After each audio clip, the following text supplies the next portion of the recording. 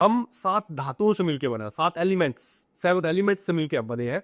7 धातुएं उनका नाम दिया उन्होंने। कौन कौन सी धातुएं हैं? रस, रक्त, मांस, मेद, अस्थि, मज्जा और शुक्र। यही है पूरा शरीर का ढांचा।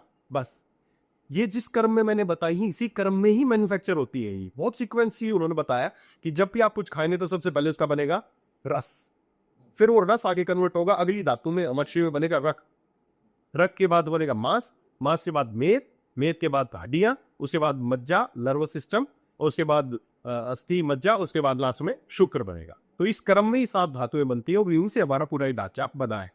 तो इस बुक में मैंने बड़े आसान शब्दों में कि धातुएं होती क्या है, इसको मैंने 7 बहनों के या 7 परतों के माध्यम से बताया है कि 7 बहनें हैं।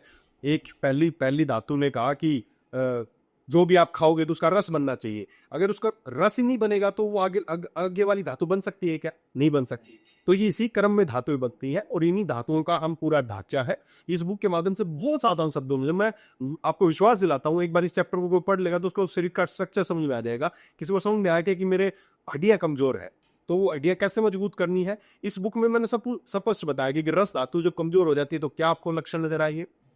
आप अगली रक्त धातु कमजोर पड़ रही है तो क्या लक्षण नजर आएंगे। आपकी अस्थि धातु कमजोर पड़ रही है तो क्या लक्षण नजर आएंगे। सब का मैंने इसमें विवरण दिया है और कैसे उनको बढ़ाया जाए उसका विवरण भी इसमें दिया। बेसिकली बहुत सूक्ष्म आयुर्वेद का, इतना मतलब बहुत, आज इतनी बड़ी बड़ी मशीनें हैं, इतना सब कुछ है, उसके बावजूद इतना गहराई से नहीं पता चल चुका है जो आज से हजारों साल पहले हमारे आचार्यों ने बता दिया। सप्त धातु का हमारा ही ढांचा है।